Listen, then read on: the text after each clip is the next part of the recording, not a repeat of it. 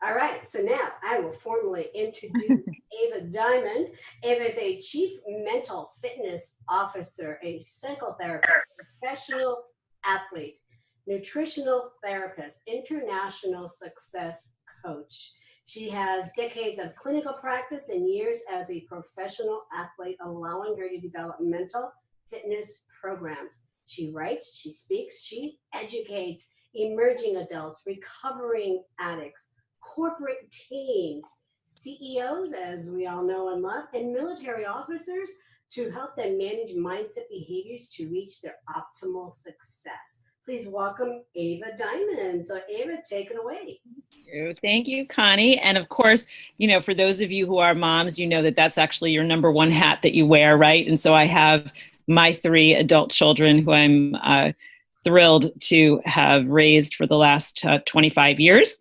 And women and empowering women has been, in my wheelhouse for a long time. And I'm in a sport that's male dominated typically. So, this just really thrills me to be able to talk with a bunch of women about how to lift their life and to reach, the mental fitness is a concept that people don't really know what it is. And we're going to talk a little bit about that. I have so much information here to share with you guys in such a short amount of time.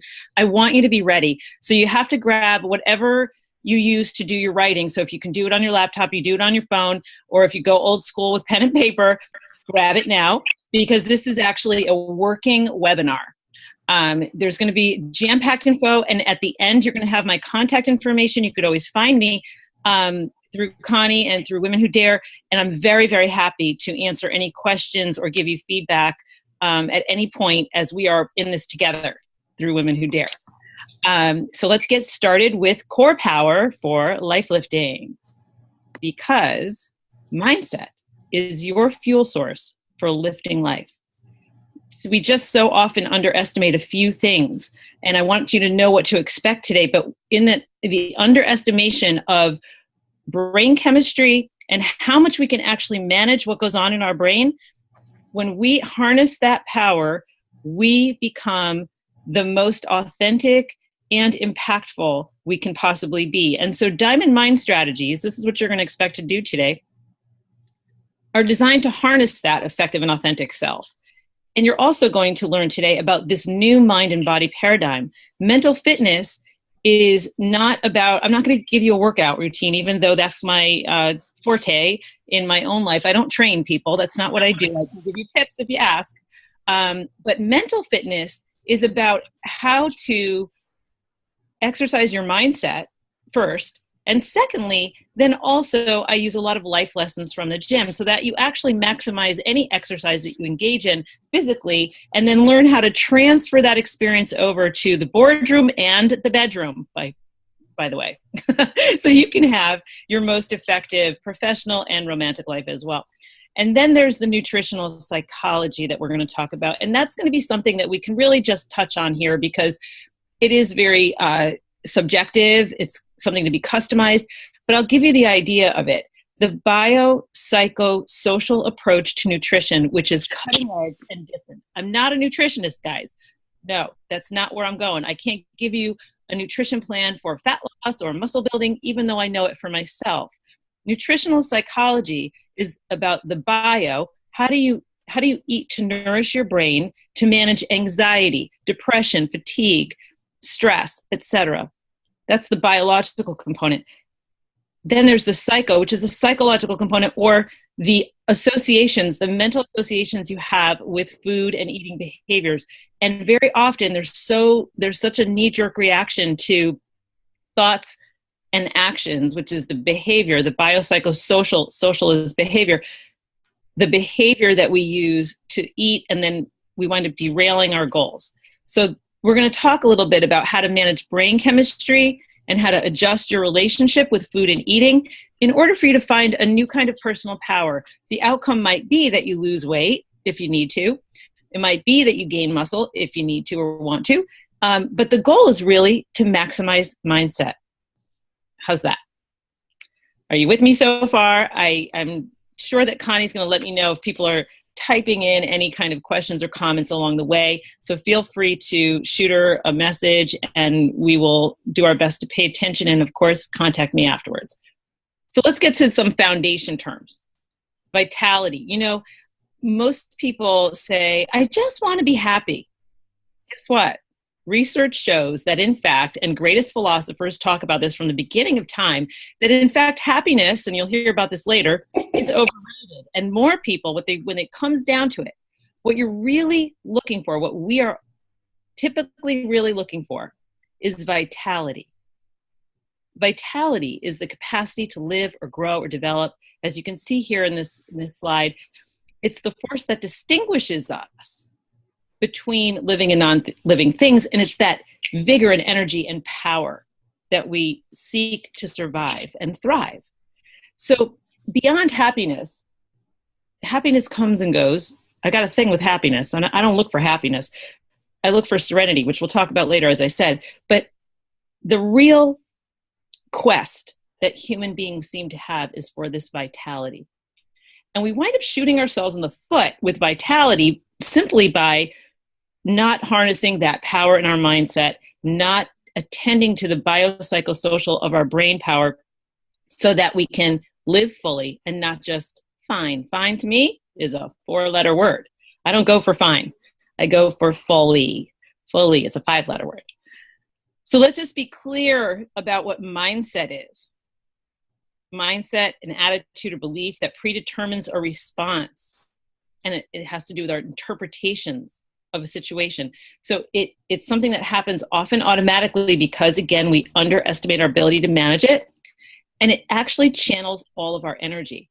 So think about how powerful that is. It's your computer system that when you push those buttons, if you let them get pushed automatically, you're going to be typing things automatically on your keyboard. That's not what we want to do. We want to be in charge of what we put out. So it's about really understanding that we have the ability to adjust our attitudes and our beliefs. And my favorite saying, and yes, that's me. My favorite saying is clarity and conviction are the 2 C's of success.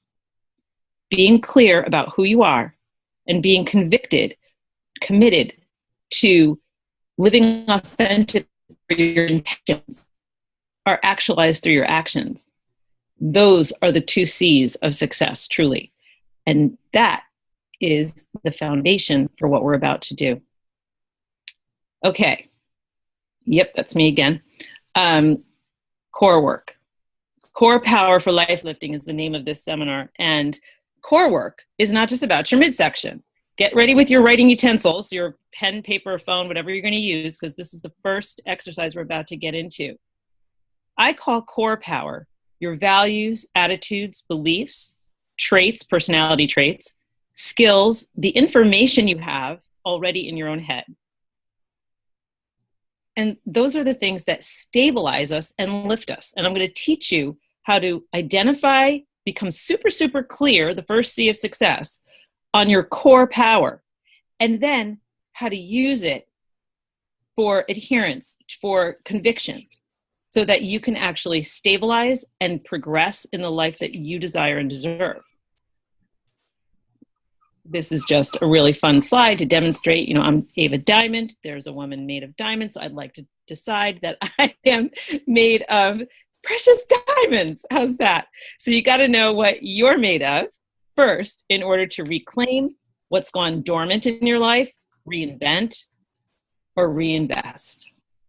And I don't know how many of you are parents. I, as I've shared, am a parent. I had 3 babies in 4 years. And one of the things that happens, probably whether or not you're a parent, because I see this happen with my big executives who manage huge companies, who work like dogs, and through their pursuit of the paycheck, per se, and their pursuit of accomplishment and rising in the ranks, and our roles often as mom, we wind up losing parts of ourselves. And those things go dormant for sometimes decades at a time. And then we wake up and go, oh my God, is this it? And that's what we call a midlife crisis. And we have to reinvest or reinvent or simply rejuvenate parts of self that have slipped by the wayside during our different ambitions and in our different roles. Okay, so here is exercise number 1. You're going to, first, I'm going to give you an analogy, and then I want you to write down what you believe your core power is made of. What are you made of? Your values, intentions, beliefs, attitudes could be thrown in there as well. Personality traits, your skills, and the information. Just jot them down as quickly as you can, what comes to your mind. You're going to be able to go back to this, I hope. You'll choose to go back to it and really work on it privately for a little bit longer. And you can send it to me, and I'm happy to give you feedback. Ava, Ava, do you want anyone to add some information now? They could add it into the chat box. In terms of the answers to that question? Yes, if they want to share. They're welcome to share. I want to make sure that they get enough response from me if they're looking for it. So Okay. That we can certainly do that. I love people to participate this way. So let me know if you get something. But let me tell you a little story here, just real quick, and it'll teach you. It'll be something that you can keep in your back pocket as you're thinking about your own core power and how to use it. So, and again, this might show up later in another slide, but you'll remember, and I'll just do a quick reminder of it. A smart man, one of the smartest men I know actually, told me about this experience he had as a physical therapist, then as a trainer, and then as somebody who does neurolinguistic programming. And I've used this example countless times because it's a perfect analogy for what we're doing today right now. So when you have an injury, let's say you have an injury in your hip, and for a while you're in so much pain and you start to associate moving certain ways with that pain. And so then you start to compensate with your movements so that you don't feel as much of that pain. And then you go to physical therapy and you start to recover and you actually don't have the pain there anymore. And the physical therapist has you starting to work out in the gym. And here you go into what's called a squat, for those of you who know. And as soon as you start to go into that squat, your brain's already anticipating the pain. And you start to go into improper form, which could risk injury again. So what core power does in the gym, and then we translate this over, is that when you focus on your core, your physical core, you first, before you go into the exercise, before you go into movement in life, you focus on your core and you remind yourself of where that strength lies. And you put your mind in that muscle, or you put your attention to the list that you're coming up with now for what your core power consists of. You're breaking up the association with pain or injury, fear or anxiety, whatever would be in the past from experiences with moving forward in your life. And you're attaching a strength to it. You're grounding yourself or anchoring yourself. And then when you go into the movement, the squat, you are at far less risk of injury. Your form is really well executed, and you maximize the effectiveness of that movement. You get the analogy? So when we're focusing on the core power we have, our values, intentions, beliefs, our internal resources is what I call them, before we go into making a choice that's big for us, or before we enter into a situation that may otherwise make us anxious, we anchor ourselves with our core power. And these are the mental fitness exercises that we're talking about now, right? Everybody got it? Got it. Okay. Got it. So after we harness our core power, right? Well, you hear this all the time, and I don't want to sound like one of those motivational coffee mugs that you always see where, it's like your purpose is your power, or know your why, or whatever the case may be. But it is a great question because it does elicit a focus. Again, this is about being mindful of who we are and what our purpose is on the planet, etc. But what's your why, right? And part of what happens when we decide try to figure out our purpose is that we get stuck in history and we get derailed by our past, which we can't change, as we know. So here is the biggest exercise, the most profound exercise that I do with my clients, no matter whether they're managing multi-gazillion dollar companies or they're just struggling to be parents for the children that they brought into the world. or they're trying to become, launching. They're launching, whether in early adulthood or in midlife. This is the most profound exercise. You guys, you all know what a corporate mission statement is, right? Connie, you know what one, yes. Right? Mm-hmm. So with Women Who Dare, what's the mission statement for Women Who Dare, Connie? Excuse me. Putting you on the spot. I got me all choked up. Women Who Dare is helping women to achieve excellence and be unstoppable together. Beautiful. So everybody who joins Women Who Dare, all of us have understood the mission of Women Who Dare and have come together around that to add whatever we can in that vein. A company mission statement, no matter what's going on in people's lives outside of the company, when they're home, when they're out at night, whatever's going on for them, those things are peripheral to when they walk in the door and they're aligned with their mission. They do their part to fulfill the mission of the company, right? That's how they get to keep their jobs. Right. So your personal mission statement serves the same purpose for you. Wherever you go, regardless of what's going on outside of yourself, whether, there's different stressors that come into your world, or other people have stressors that they're sharing with you, or, life happens on life's terms. Your personal mission statement becomes your guiding principle for how you are going to manage life on life's terms, for how you're going to bring yourself to each day with integrity. So what we're going to do is first I'm going to tell you about the I am versus I was. And part of that is going back to the core power. When you make that list, I want you to make sure that you are holding on to today as you develop that list. Those words are supposed to be reflective of who you are now, not who you were even last week, but who you are now. Because every day that we're on the planet, we start to evolve just a little bit because we meet new people, we have new experiences, whatever, we just are here another day longer. So the I am is today. It's certainly not who you are when you're 15. The I was is very often the old part of self that has been underdeveloped or undernourished or under evolved, whatever way you want to look at it, left kind of in the quagmire of traumatic experience, whether big or small.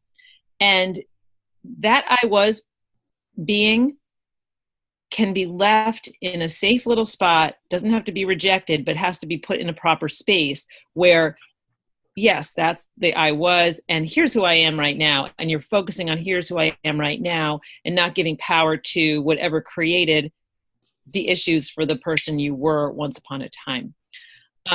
So that list of core power, your core power list, is current, very current. And if you find yourself doubting it, you got to look at who's doubting it, the I am person or the I was person, right? So that's how we remove doubt. And now with that, we move into the personal mission statement. There's only 2 rules for a personal mission statement. One is it has the word today in it because it's supposed to be current today as well. And it doesn't change. It's not like, I don't know how old you guys are. I'm turning 54 any minute. And we used to have those desktop daily kind of motivational intention things. And every day was a new day with a new intention. No, this stays the same for a long time. Your personal mission statement has to be short enough for you to remember. And it has to be powerful in wording, powerful words just to you, not to me, not to Connie. They're your words that matter to you. So I'll give you a very short example. When I started doing this after I watched a movie called What the Bleep Do We Know? Really cool movie. And if you watch it, you have to sit through some of the boring parts and you have to promise not to drink or drug while you're watching. Their perception. Anyway, it's a really cool flick and it did change something magical in my life. And I kind of did what I always do, which is I heard this thing about daily intentionality, and I tweaked it to have, kind of more meaning to me. And then I wound up realizing how much I could use it this way to help my clients. So I was dealing with death and destruction. My mother was dying of cancer. I was going through divorce all at the same time. I had 3 little children, big stuff going on. And I came up with this personal mission statement that sounded like this: I will not let anything interfere with my happiness today. Are you kidding? Like, really? You're dealing with these major issues. How is that even possible? But I knew what it meant to me. And it meant to me that I'll feel what I need to feel, and I'll move myself to a neutral place as quickly as possible so that I don't wallow in sadness or fear, and that I can get to the happy place sooner than later. This personal mission statement served me beautifully, and it allowed me to get through very, very difficult couple of years. When you create your personal mission statement, here's how you use it. Before you wake up in the morning, before you put your feet on the floor, you say your personal mission statement and you let it resonate wherever you feel it most. You guys, I hope you brush your teeth in the morning. I'm guessing most of you do. But when you brush your teeth in the morning, as you're brushing your teeth, you think about, how is this personal mission statement going to serve me today? Because you know most of what's going on in your day. And then, of course, there's those things you can't predict. So then at the end of the day, you wind up looking back on your day. How did my personal mission serve me today? Where could it have served me when I didn't use it? Again, keeping with the concept of this is an introduction to mental fitness, and I'm giving you lots of little tips. I'll give you the brief story again of how it worked for me. I had 3 little kids, as you know. I had a new nanny. I was separated at the time. I had a new job. And the nanny said, oh my goodness, she had a death in the family. She has to get to New York quickly for this funeral.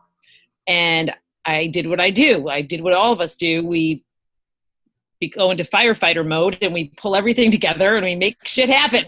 And so I got coverage for my kids, and I called my job and I explained that I'm going to be on time, but here's the deal. And I got in my big SUV and started driving this girl to Manhattan. And of course the cable on the George Washington Bridge breaks. And now I'm sitting on the highway in a parking lot for 5 hours. Okay. So typically I could have had a beautiful case of road rage. In fact, I said my personal mission statement today: I will not let anything interfere with my happiness.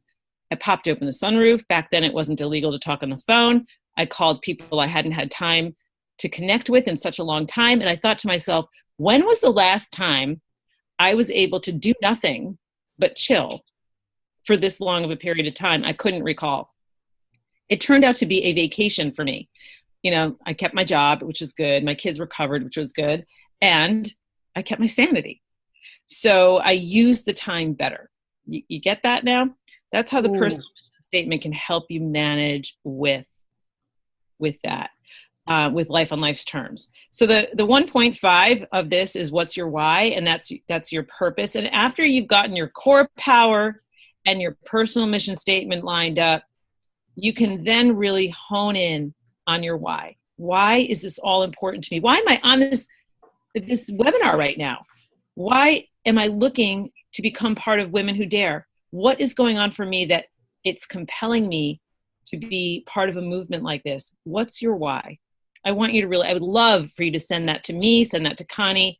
Could be really helpful for so many things with Women Who Dare. And so stress less mindset. We're going to move into this happiness concept. Am I going too fast, Connie? No, I'm good. All right. I think you're good. We have about 30 minutes yet. Yep. So happiness is an experience and joy is a condition.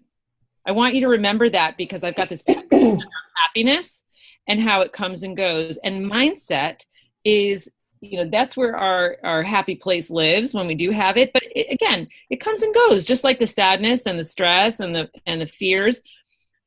So creating a condition of joy, for me anyway, is what creates a baseline, a platform for me to put my 2 feet on and know that if something sad happens, I can handle it, because essentially I have that serenity, I have that joy that I can hold on to. And core power, with with those elements that we came up with core power, along with the foundation of joy or serenity, I've got it. I've got what I need to deal with big or small stressors, and to move forward professionally and in relationships. And one of the ways that I do that, and I'm corny, you can ask my kids, you can ask my clients, I'm annoyingly corny. And the reason is because gratitude gives latitude, and I exercise it every day. It's to the point where I can't even help myself. It just automatically comes out. So it's a conditioning of expression. So this is the corniness, and I'm not going to be that motivational coffee mug again, because gratitude, oftentimes you hear people saying, well, make a gratitude list, write down what you're grateful for. I'm not talking about that. Gratitude needs to be exercised. It's something you share with someone else or out loud with yourself. But it's not just about generating a list. I'm so grateful I have a roof over my head. I mean, that's very nice. Gratitude is that spontaneous, mindful absorption of what's going on in the moment and expressing it out loud. In other words, I said earlier today, here it's a balmy 42 degrees after being -6 a few days ago. And I happen to live in a beautiful little spot on the beach here in Connecticut. And I went outside to, just for a second to get something from my car. I ran inside, took my shoes off, went outside again, and put my toes in the sand and let myself just be there for a few minutes. Even though it's only 42, it felt warm to me at the moment. And I was excited, and I shared that out loud, but I let it fill me up. I let it fill me up completely from head to toe, literally. And it changed my entire mindset, and it changed my energy and allowed me to prepare for this with just a freer kind of feeling, a joy. And so, in the moment with my clients, in the moment with my children, I might just out loud say what I'm thinking when I say, wow, that was a magnificent response to this work that we're doing together. Ava, could I ask you a question around that? Sure. Because you work with both men and women, do you find that the reaction when you talk about this, do you find that the reaction is different from men and women, or maybe just depending on what level of where they're at in their life? So yes. And I'm actually a big fan of gender differences. So, I celebrate the differences. Mm-hmm. That it's not always considered a popular thought when you're talking about women's empowerment, because of course, I understand equal rights and equal abilities. It's separate for me. So women are less likely to call me corny. But with my guys, part of the reason why they learn to trust me with themselves, even if they're high level execs, mm-hmm. is because I make that comfortable for them to get more in touch with that element of gratitude, because it's so out of their wheelhouse, because of daily functioning. And that's stereotype, right? And forgive me if it's offending anybody, but there's a truth here to how people allow themselves by gender, and it's conditioning and all that. But it's okay that it's different. No, I have to agree with you on that point, that it is stereotyping, and like you said, celebrating the gender differences. I agree with you as well. And I also find that like you're giving them permission to allow that to be who they are. So no, I applaud you for that. Thank you. So exercising gratitude, in fact, when I was working with a group of police officers and firefighters, and you want to talk about stereotypes, that subset of the male population, and these were all men in those roles, who were dealing with alcoholism and PTSD from their work. And when I work with officers with the same thing, this exercise has the most profound impact on them. And sometimes their homework assignments are things like to just go out and witness love. So corny, right? Oh my God. And the things that I get back from them are amazing. Just by attending differently. Things like I saw a grandmother and her granddaughter holding hands, and the way they were holding hands in the grocery store was love. Like, do we pay attention to those things normally? But training your brain to attend will elevate. We're talking about changing your brain chemistry through mental fitness exercises. Gratitude is a serotonin booster. Yeah. We want to feel better. We want to feel good. Okay, so that's kind of repeating what I just said. And we're going to talk a little bit about attitudes and beliefs and perception. So the art of reframing, this is a very simple exercise, a mental fitness exercise. Very often we get stuck in our perceptions, and it keeps us on this spinning wheel of making the same choices and having the same outcomes. So this is something that I could work with you more, if you contact me, but the art of reframing is basically, I want you to think about it this way. So write this down and you can practice this at home. If you have a piece of art on your wall, I want you to imagine, look at the frame that's around the piece of art right now, and what colors stand out when you have that frame. Then I want you to imagine if the frame was a different color, a blue or a red or a green, whatever color you choose, and what would stand out with a different color frame. There's a reason why certain frames and mattings are chosen, and when you use different colors to frame the picture, you see different things. That's the concept. When you use different color to frame whatever you're looking at in your life, you're going to see it differently. You're going to see different colors. So it's important to try on a new lens when you're looking at the same parts of your life that are giving you trouble. And when you can do that, you will notice things differently and find new solutions and new ways of potentially feeling about that situation. Right? Okay. So this is going back. I told you there might be some repeating things in here, and so I'm not going to spend a lot of time on this, but anchoring with your core power, which is so essential. This is about the reset. The reset, when you are working out in the gym, for example, I want you to take your time with resetting your body alignment, making sure you're not just going through the motions, right? Because you risk injury that way, and you don't maximize your time in the gym. So that analogy is true as well for when we're making big decisions, or when we're making even daily decisions, the routine that we get into. Reset. Take the time to reset. Proper alignment. Find your footing. Get your alignment in order before you go through the rest of your day. Use your core power to do that. So you anchor yourself with your core power and you take on the rest of your day. You realign, and then you make your decisions with authenticity and integrity. Right? Oh, look at that picture. Oh, yep, there you go. So that's a gym shot. Goal attaining. Raising the bar and pulling it closer. Okay, this is one of my favorite life lessons from the gym. For those who know, and for those who don't know, I'll explain what progressive overload is. Progressive overload is the way we actually increase our strength or our endurance, whatever our sport is. Have you ever decided you're going to be a runner one day, or decided you're going to take on kickboxing, or decided you're going to be a spinner? You're a spinner, right, Connie? Yes, I am. Every morning. Every morning. So when you started spinning, did you start with a full-on hard-ass class? No. No. Right. You start where you need to start, and you increase with consistency over time. That's right. Incrementally. Consistency over time with appropriate increments.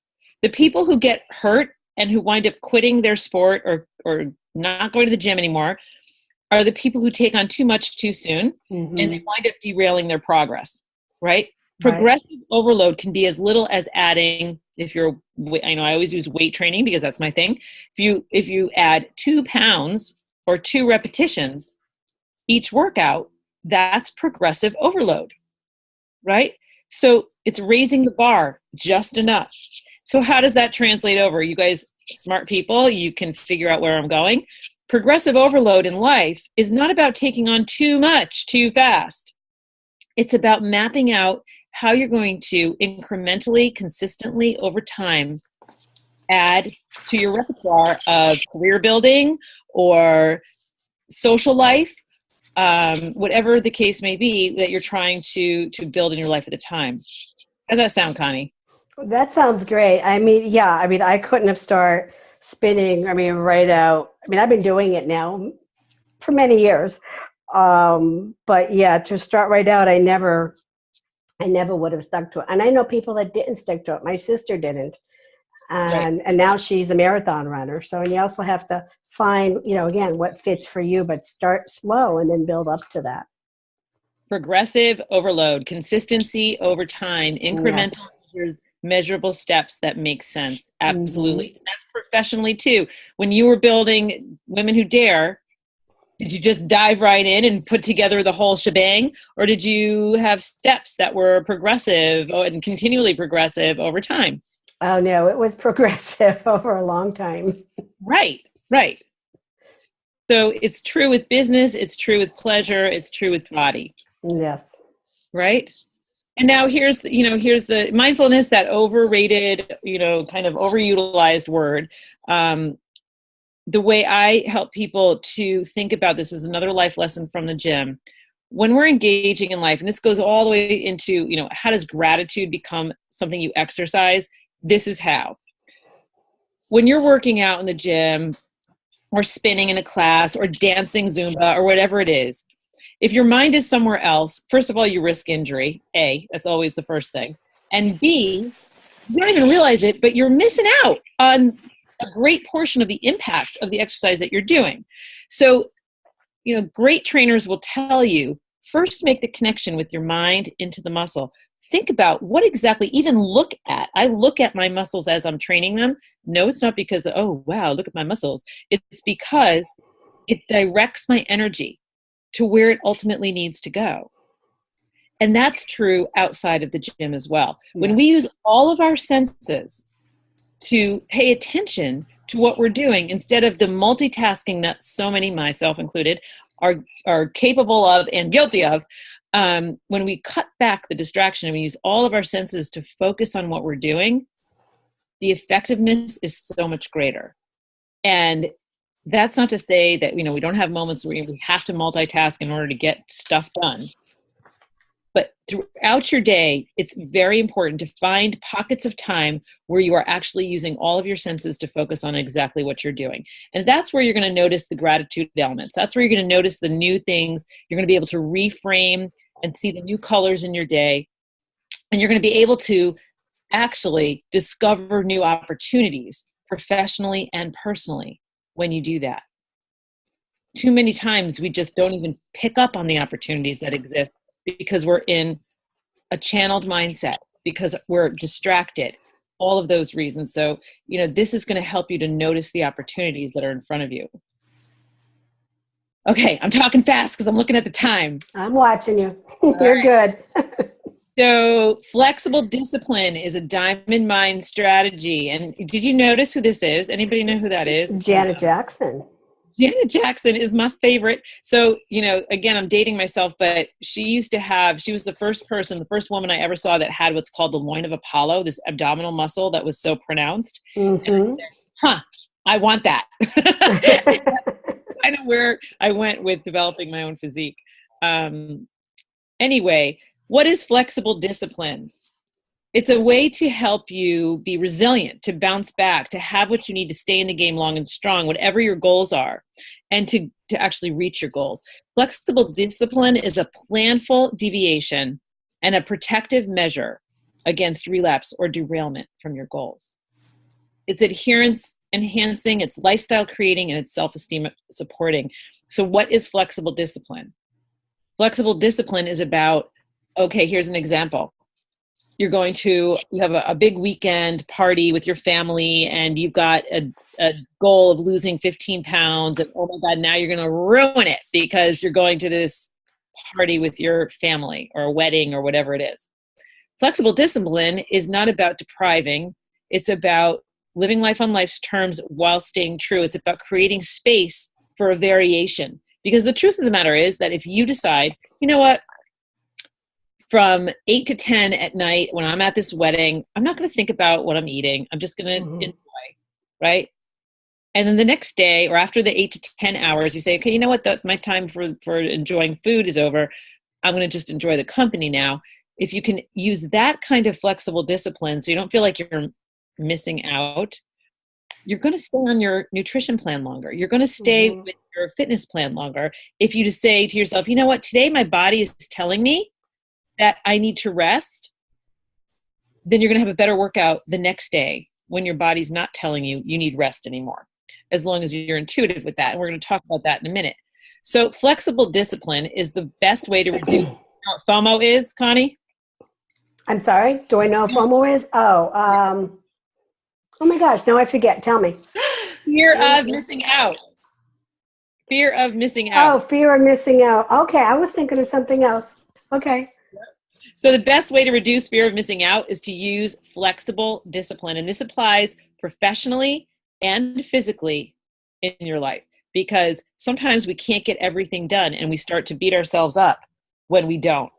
And flexible discipline is a way for you to say, you know what, I did this and this and I couldn't get to that. So therefore I'm going to put this on tomorrow and make it, happen the early first thing. But shame and guilt have no place to feel your best self. So we don't need to go down that road. We just need to absolutely practice flexible discipline.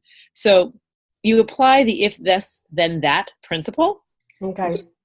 Is what I call the if this, then that. Then if I choose this as my food choice or my rest or my task of the day, then that will mean tomorrow I do this or later I do that. So it's a very simple, non-judgmental approach to getting everything done on your list or to staying true to your goals, right?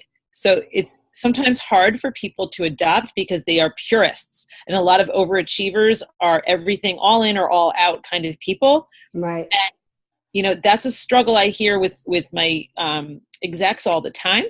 And they learn this slight compromise of that philosophy.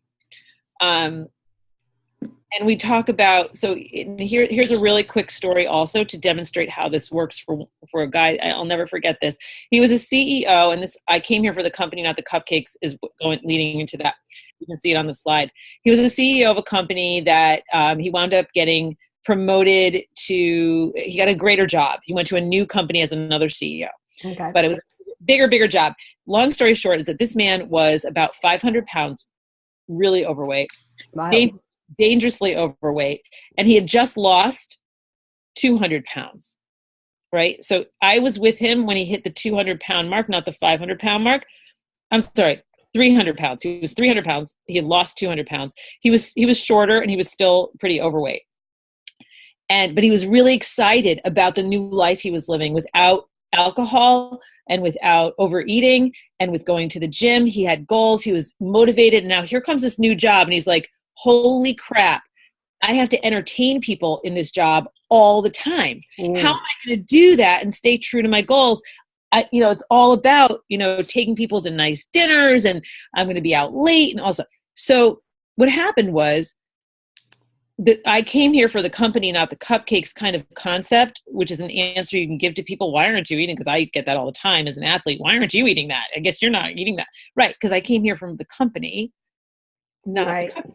Right. So he wound up going to these dinners and not drinking and eating carefully, ordering food particularly to meet his nutrition goals. And what happened was, instead of being, at first people were like, oh, come on, man, let's have a good time. But when he stayed consistent with it, he actually earned the trust of these people in all new ways. He couldn't believe it. Wow, how do you do that?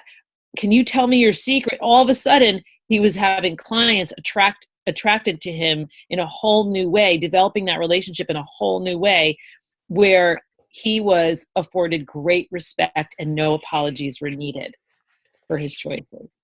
So Ava, we have about 10 more minutes left to go in the program. So I wanted to throw that out. But I also, to our everyone here, if you have questions, add them into the chat box. And, in the last 5 minutes, we're going to go through them. And again, Ava's information, contact information has been added to the chat box as well. So you could always reach out to her after. And she's also part of Women Who Dare, so her information is there too. So, so Ava, again, a few more minutes and then we'll take some questions. So really it's going to work perfectly. I think I timed it well because I talked really fast. I forgot a lot of stuff. Intuitive training, basically it goes along with everything we've been talking about, which is that, flexible discipline and intuitive training go together. You have to listen to your body. You have to learn to listen to your bodies. And so often we ignore what our bodies are telling us. And how does this, you will have better exercise in your life if you listen to what your body wants to work out. I am a professional athlete in bodybuilding, and I often don't know what I'm going to train when I walk until I walk in the door of the gym. And it's like, oh yeah, I'm so in tune with my body. I got to do shoulders today. And that's what I do. And I have the best workouts ever. And you can do that. I'm not going to do spinning today. I'm going to do Zumba. I'm going to do, what other classes? Pilates. I'm going to do all these things that Ava Diamond doesn't do and probably should. But you're going to listen to yourself. And how does that work in the rest of your life? Well, how many of you actually trust your gut anymore? Do you, listening to your gut, you need to cultivate a trust in yourself again sometimes.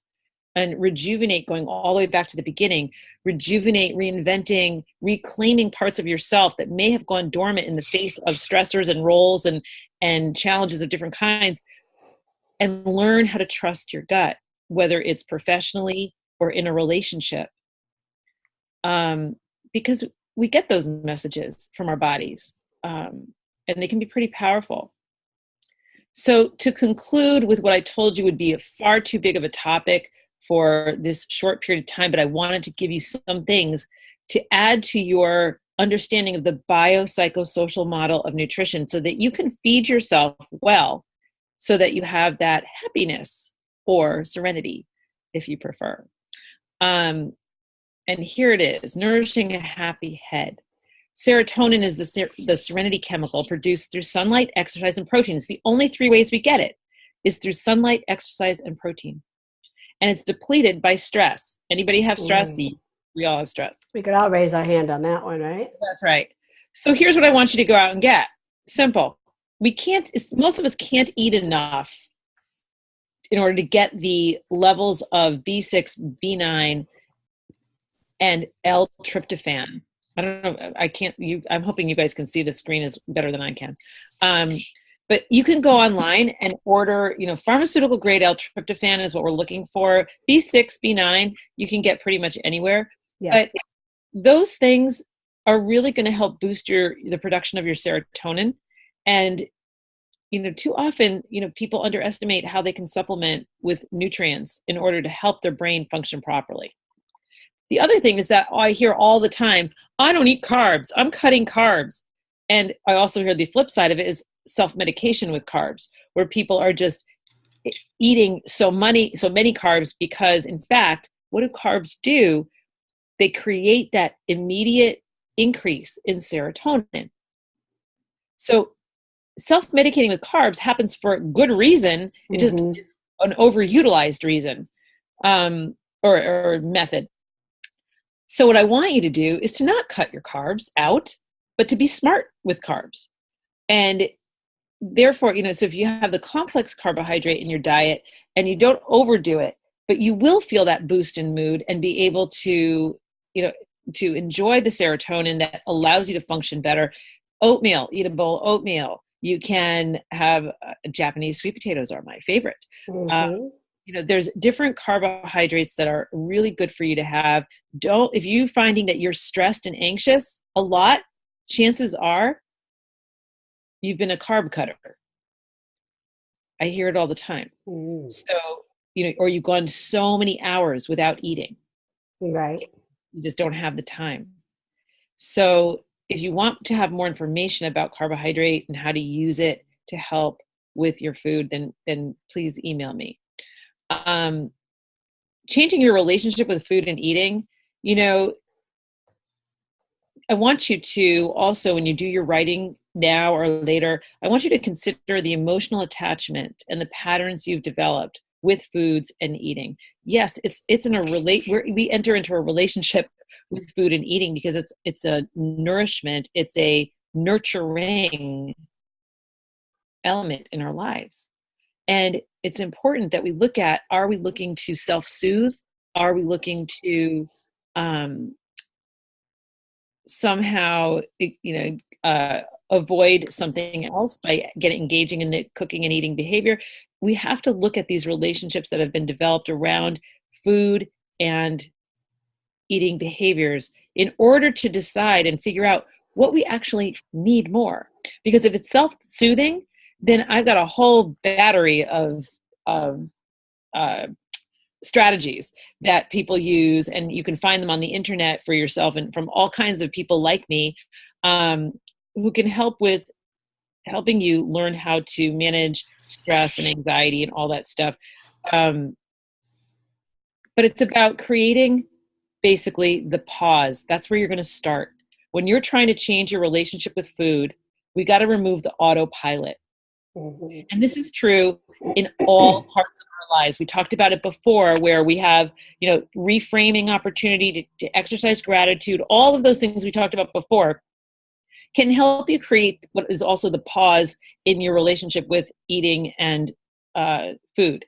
So creating the pause simply means that between thought and action, between impulse and action, you actually don't go into the kitchen. You find your sacred space, what I call your sacred space. You go for 5 minutes or less if you can't do more, but 5, 10, 15 minutes. Move a muscle, change a thought. You go in a different space.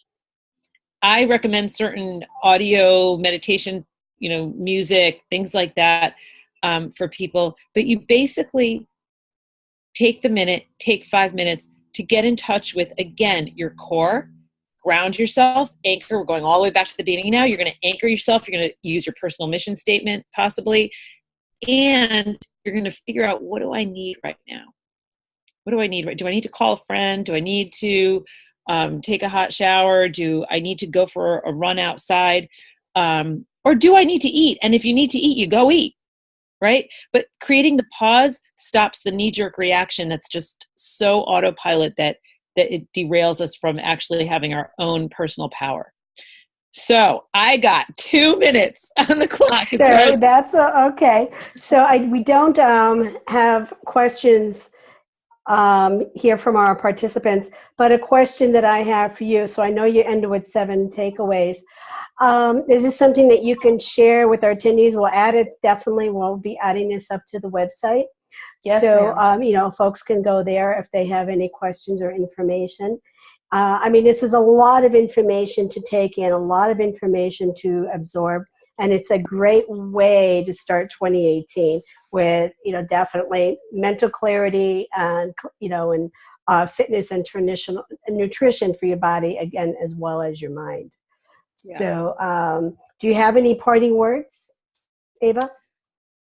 My parting words would be that, I'm not a big fan of resolutions and all that stuff, because in fact, my clients started changing their lives. I always tell them we're not attaching to any calendar whatsoever. But here we are in January, and it is symbolic for many people. So go ahead and just decide today that you're going to make things different for yourselves today. And you wake up tomorrow and you do the same thing. So all we've got is right now, and we can, we get so caught up in, the 1-year plan, 5-year plans, 10-year plans. And I get it. I get why that's important for so many people. In the end, all you got is right now. So let's make it the best. I love that. Love that. Well, Ava, I want to thank you for being here today. And Amy, thank you. Totally in line with the work that she's doing as well. So I do want to thank you for being here. And again, any questions, you can direct them to Ava at mentalfitnesscoaching@gmail.com. And her website is Ava Diamond, LCSW.com. I'm going to correct you. I'm going to correct you on that one, because that one closing down. You can find me on LinkedIn. If you want to find me on LinkedIn, that'd be great. look up my name, Ava Diamond. But also Revolution of Healing is the new website that I have with my business partner. And it's a very interesting approach to mindset and nutrition. You can find us there too, revolutionofhealing.com. Okay, thank you. Revolution of Healing. I love that. Awesome, awesome name. Well, that's all we have for today. So I just want to let you know that on January 24th, we are going to be talking about cryptocurrency and data security with Olga Bukonia. Yes, another one that you definitely don't want to miss. And to all of our members, if you haven't registered to host a webinar, head over to the website at womanwhodare.com and you can register there. And then to those that have jumped on here that are not members yet, you can also find out more about membership and to join at womanwhodare.com. So we have a lot going on, a lot more to come, and you can be hearing from us either today or tomorrow with another exciting update of something that we have going on, we have pending. So that's all we have for today. Thanks for being here. Thank you, Ava, for being here, Sophia, and all our panelists. So have a great week, and we'll be talking to you real soon.